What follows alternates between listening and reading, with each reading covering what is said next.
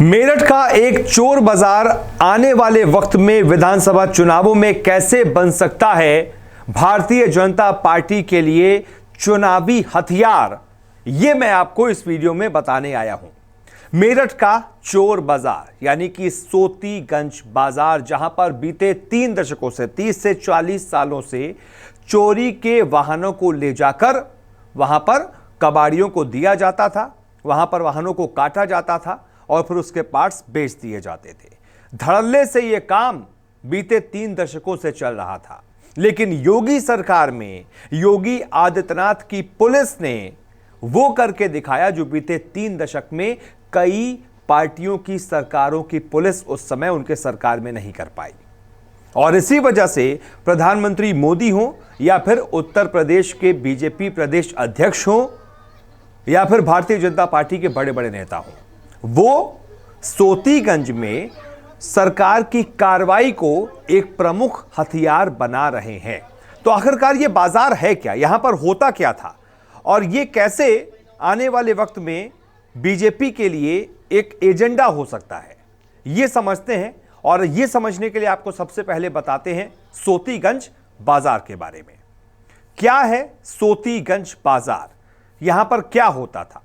तो आपको बता दें, बीते 3 दशकों में यहां पर धीमे धीमे पहले कुछ दुकानदारों ने, कुछ कबाड़ियों ने शुरुआत की थी कि चोरी के वाहनों को इधर उधर से चुराकर वहां पर ले जाकर काट दिया जाता था। बड़ी बड़ी मशीनें लगी होती थी और पार्ट्स जो हैं फिर उसके बेचे जाते थे। एक बड़ी गाड़ी, मान लीजिए कोई 4 लाख की गाड़ी है, उसको चोरी करके चोर वहां पर ले जाते थे। वहां पर जो कबाड़ी व्यापारी होते थे, व्यवसायी होते थे, वो उन वाहनों को काटते थे, इंजन अलग बेचते थे, अलग अलग पार्ट अलग बेचते थे, किसी को पता भी नहीं चल पाता था। ऐसे ऐसे धीमे धीमे इस पूरे इलाके में यह व्यापार बढ़ता चला गया। फिर तो एक वक्त तो ऐसा आया कि एकदम धड़ल्ले से व्यापार चलता था। सबको पता है कि भाई कोई गाड़ी चोरी हुई है तो यकीन मानिए ये इसी बाजार में गई होगी। लेकिन किसी भी सरकार ने इस बाजार पर कभी भी हाथ नहीं डाला। इसे रोकने की, इस बड़े व्यापार को एक तरीके से व्यापार कहें या फिर अवैध व्यापार कहें, अवैध व्यापार ज्यादा सही होगा, इस अवैध व्यापार को रोकने की कोशिश नहीं की। क्योंकि इस पूरे बाजार को अगर आप गौर से देखेंगे तो यहां पर एक खास वर्ग के ज्यादातर वो कबाड़ी व्यापारी हैं जो इस धंधे में लिप्त थे। एक खास वर्ग है और वो एक खास वोट बैंक है कई सारी पार्टियों का, तो वो इस वजह से उनको छूते नहीं थे, करने देते थे अपनी मनमानी। लेकिन योगी सरकार में बीते 5 महीनों में एक एक करके सारी इन दुकानों पर कार्रवाई हुई है जो ये धंधा करती थी, जहां पर गाड़ियां कटती थी। कई वाहन माफियाओं को गिरफ्तार किया गया है और एक तरीके से कह सकते हैं कि अब पूरे बाजार को बंद कर दिया गया है। जहां पर यह काम होता था, जिस गोडाउन में यह काम होता था, वो सारे गोडाउन बंद कर दिए गए हैं। कई की संपत्ति जब्त कर ली गई है, कई वाहन माफियाओं को गिरफ्तार किया गया है, उनकी संपत्ति कुर्क की गई है। तो एक तरीके से बीते 5 महीनों में 50 करोड़ से ज्यादा आप कह सकते हैं कि कुर्की हुई है और कई लोगों को गिरफ्तार किया गया है। 16 पर लग चुका है गैंगस्टर एक्ट, 25 और कबाड़ियों पर भी लगेगा। चोरी के वाहन खरीदने वाले हाजी गल्ला और इकबाल कबाड़ी की करोड़ों की संपत्ति जब्त करने के बाद अब उनकी अन्य संपत्ति की भी जांच की जा रही है। वहीं एक और वाहन माफिया इरफान उर्फ राहुल काला पर भी पुलिस ने शिकंजा कसा। भारी पुलिस बल के साथ उसके घर पर जाकर उसको गिरफ्तार किया गया। चोरी की बाइक और कारों की कटान की कमाई से राहुल काला बीते 2 सालों में करोड़ों की संपत्ति का मालिक बन गया था। गैंगस्टर मुकदमे में चल रही कार्रवाई के दौरान उसकी करोड़ों की संपत्ति जब्त की गई है। 16 कबाड़ियों पर पुलिस गैंगस्टर एक्ट लगा चुकी है और 25 और पर गैंगस्टर एक्ट लगाने की तैयारी की जा रही है। सोतीगंज के जरिए बड़ा संदेश देगी बीजेपी। माना जा रहा है कि सोतीगंज के बहाने बीजेपी सख्त कानून व्यवस्था का हवाला देने की पुरजोर कोशिश करेगी। जनता को भरोसा दिलाएगी कि बीजेपी सरकार में किसी खास धर्म के खिलाफ या फिर किसी खास धर्म को ध्यान में रखते हुए कोई कार्रवाई नहीं की जाती है। जो गलत करेगा उसके खिलाफ कार्रवाई होगी। बीजेपी की सरकार में सख्त कानून व्यवस्था बनी हुई है, ये भरोसा दिलाने की कोशिश की जाएगी और यह भी बताने की कोशिश की जाएगी कि देखिए इतनी बड़ी चोरी की वारदातें होती थीं और सबको पता था कहां पर चोरी की वारदातें होती हैं, क्यों होती हैं और चोरी किए वाहन कहां पर जाते हैं, लेकिन कभी किसी ने आप लोगों के लिए कोई कार्रवाई नहीं की। लेकिन आम जनता के हित को ध्यान में रखते हुए बीजेपी सरकार ने, योगी आदित्यनाथ की सरकार ने कार्रवाई की और इसके जरिए एक और संदेश देने की कोशिश की जाएगी। दरअसल सोतीगंज के बाजार में ज्यादातर समुदाय विशेष के लोगों का कारोबार था।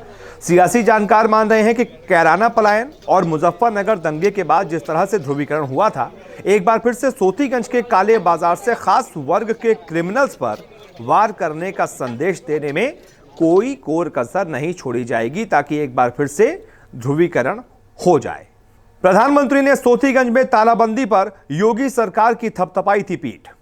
प्रधानमंत्री मोदी ने भी 18 दिसंबर को शाहजहांपुर में गंगा एक्सप्रेसवे के शिलान्यास के मौके पर मेरठ के सोतीगंज चोर बाजार का जिक्र किया था।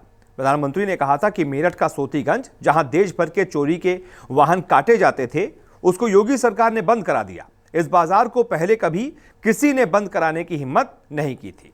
प्रधानमंत्री मोदी ही नहीं, भारतीय जनता पार्टी के यूपी के प्रदेश उपाध्यक्ष पंकज सिंह, जो कि केंद्रीय रक्षा मंत्री राजनाथ सिंह के बेटे भी हैं, बीजेपी के वरिष्ठ नेता हैं, उन्होंने भी मेरठ पहुंचकर, क्योंकि वो मेरठ के प्रभारी भी हैं, उन्होंने वहां पर इस बात को पुरजोर तरीके से रखा कि हमने वो कार्रवाई की है जो बीती कई सरकारें नहीं कर पा रही थी।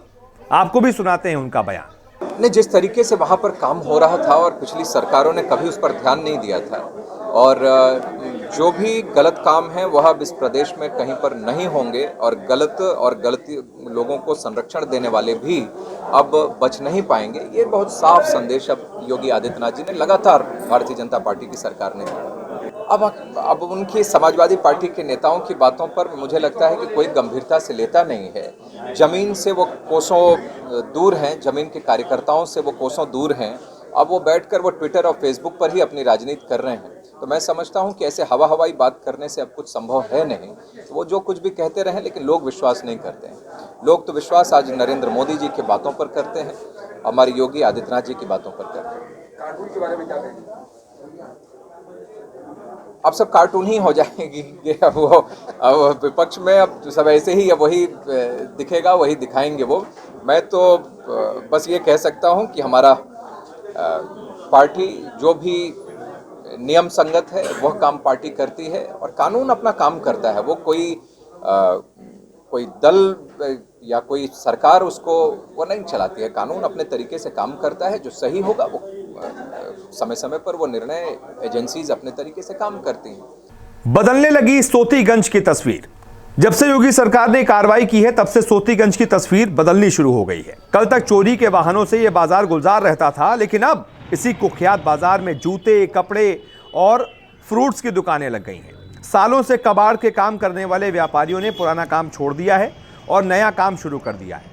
पुलिस के खौफ से सोतीगंज के कबाड़ माफियाओं के हौसले बुरी तरीके से पस्त हो गए हैं और अब खुद ही अपनी दुकानों पर उन्होंने नए धंधे के पोस्टर चिपका दिए। तो ये पूरी सोतीगंज की कहानी है, और ये मैंने आपको इसलिए समझाया क्योंकि ये सिर्फ कबाड़ का एक व्यापार नहीं था। चोरी के वाहनों को जिस तरीके से चोरी करके यहाँ पर ले जाया जाता था, इससे आसपास के इलाकों में चोरी की वारदातें भी कम होंगी। बहुत अच्छा असर इसका आसपास के इलाकों में जो चोरी की घटनाएं होती थी उनको कम करने के लिए भी होगा।